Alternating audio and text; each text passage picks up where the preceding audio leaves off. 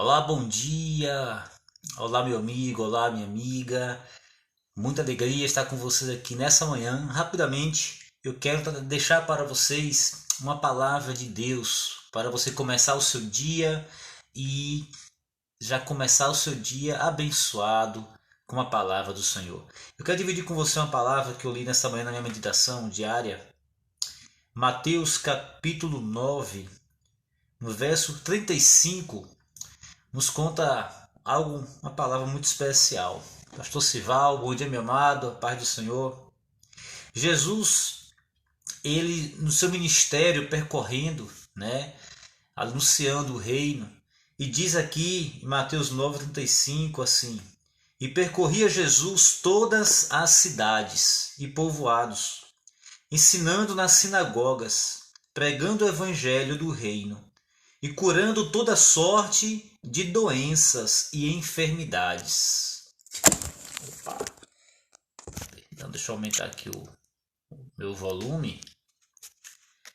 E percorria Jesus todas as cidades e povoados, ensinando nas sinagogas, pregando o evangelho do reino e curando toda sorte de doenças e enfermidades. E o 36 diz o seguinte: Vendo ele as multidões, compadeceu-se delas, porque estavam aflitas e exaustas, como ovelhas que não têm pastor. E então se dirigiu a seus discípulos e disse: A seara, na verdade, é grande, mas os trabalhadores são poucos. Rogai, pois, ao Senhor da seara que mande trabalhadores para a sua seara. Jesus, amados, ele durante o seu ministério estava ali percorrendo as aldeias, percorrendo os povoados, pregando o evangelho do reino, realizando milagres, curando, libertando endemoniados, curando pessoas doentes, anunciando o evangelho do reino de Deus. E de repente ele para, ele olha para aquela multidão que estava indo ter de encontro a ele. Porque ouviram dizer que havia um nazareno, um homem santo que estava anunciando palavras de vida. E as pessoas diziam: porventura será ele o Messias? Outros já afirmavam: ele é o profeta de Deus, ele é o Messias. Mas de fato as pessoas começaram a ver os sinais que ele operava e iam até ele.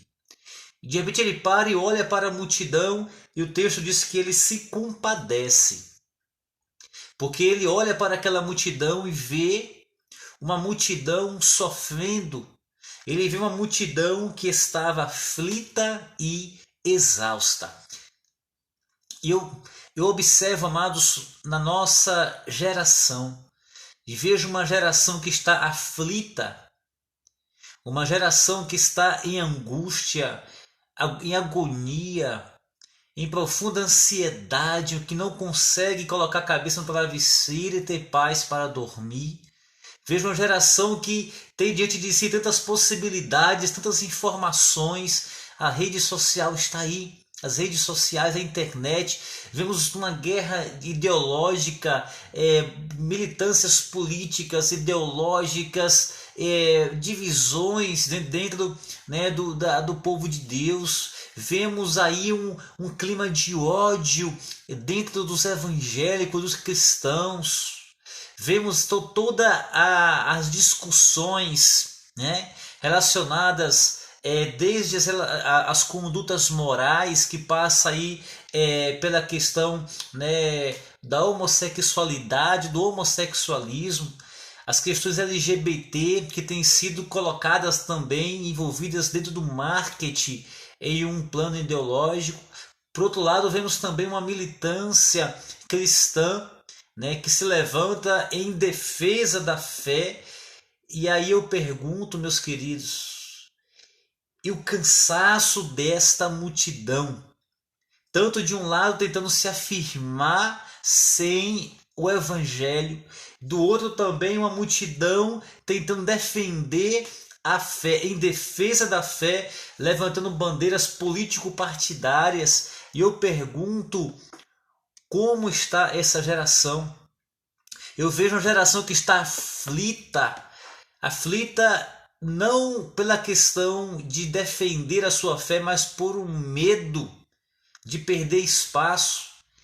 E outro dia eu comentava em um grupo e comentando o seguinte, que eu não irei defender bandeiras de guerra religiosa, nem político partidário, muito menos.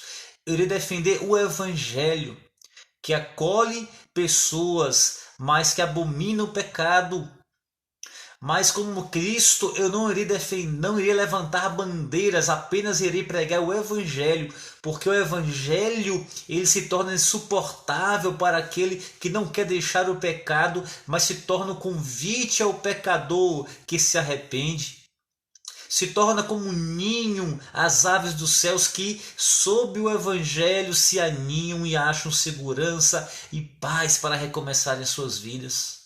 E aqui Jesus olha para aquela multidão e as vê como uma multidão, as vê como pessoas exaustas e cansadas. Mas Jesus, ele se apresenta durante aqui o seu ministério como, primeiramente ele diz, eu sou o bom pastor. Ele vê aquela multidão como pessoas que estão cansadas e exaustas, como ovelhas que não têm pastor. Vejamos a função do pastor. O pastor, ele naquela imagem do pastor de ovelhas lá, do período patriarcal, feudal, naquela cultura onde eles criavam animais, criavam ovelhas, que era ali a criação de animais, a cultura mais preponderante.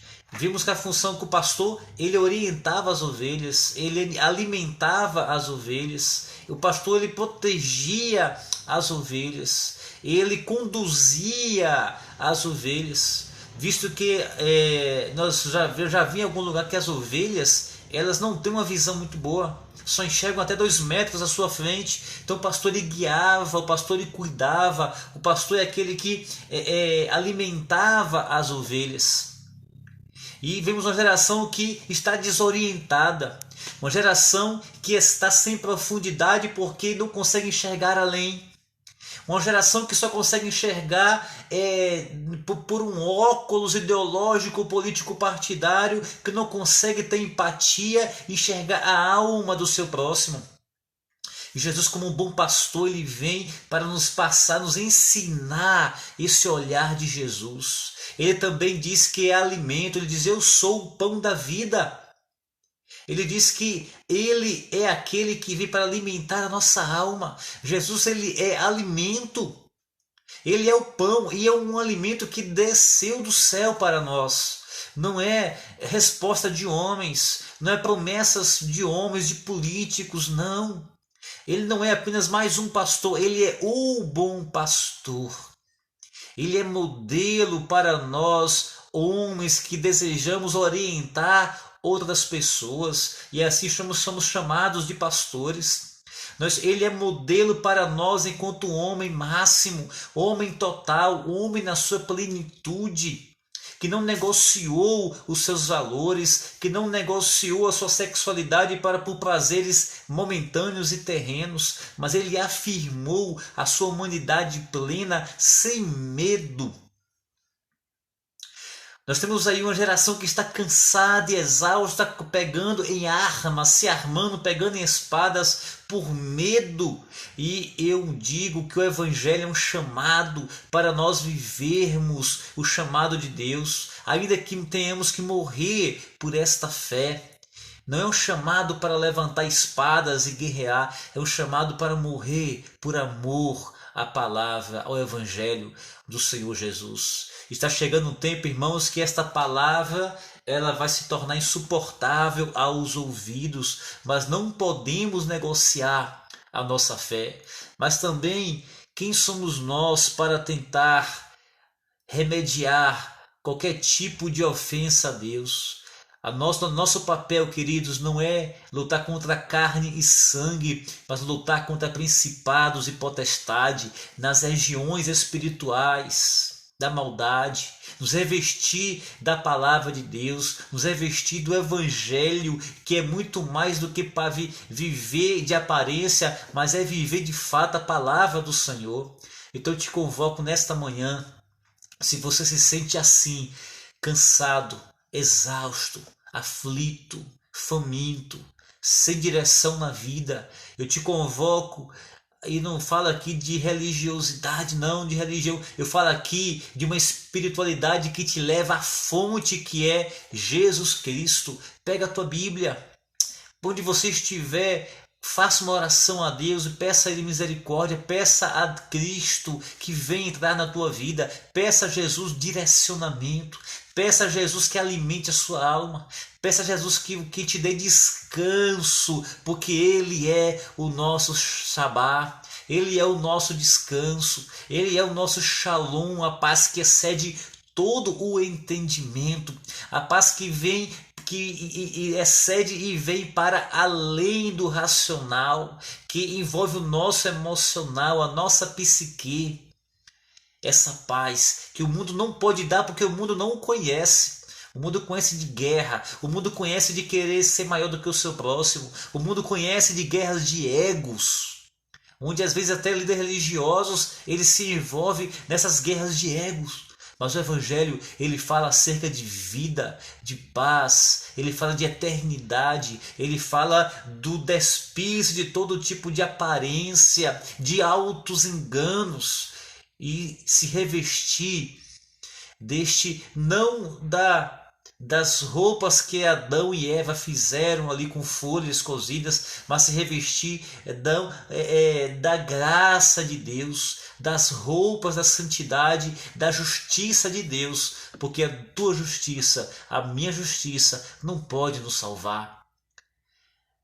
A única religião que não prega que você primeiro tem que ter uma moral elevada para depois ter aceitação e salvação é o Evangelho. Porque em outros lugares você tem que primeiro fazer caridade, você tem que primeiro alcançar um nível de moral elevada, onde a sua alma vai estar em perfeição total para conseguir ascender, se elevar. Não, aqui primeiro você se confessa, você se rende e reconhece que é um pecador miserável, então ele te perdoa e diz: pois agora nenhuma condenação há mais para os que estão em Cristo Jesus. Eu quero dizer que as tuas obras não podem te salvar. A única solução, você que está aflito, cansado, exausto, é declarar falência para as tuas tentativas de autossalvação e se entregue a Jesus nesta manhã.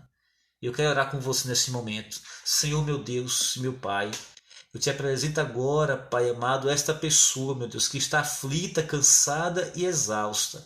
Aonde, em qualquer momento, horário, o dia que eu vi e ver esta oração, Pai. Visita agora ela, meu Deus. Que o coração dela ache morada para o Teu Espírito Santo e que ela te convide agora nessas palavras, dizendo: eu te convido, Jesus. Vem morar em minha vida, traz alimento, direção, vem ser o pastor da minha alma, em nome de Jesus. Amém. Que Deus abençoe tua vida, em nome do Senhor Jesus. Forte abraço.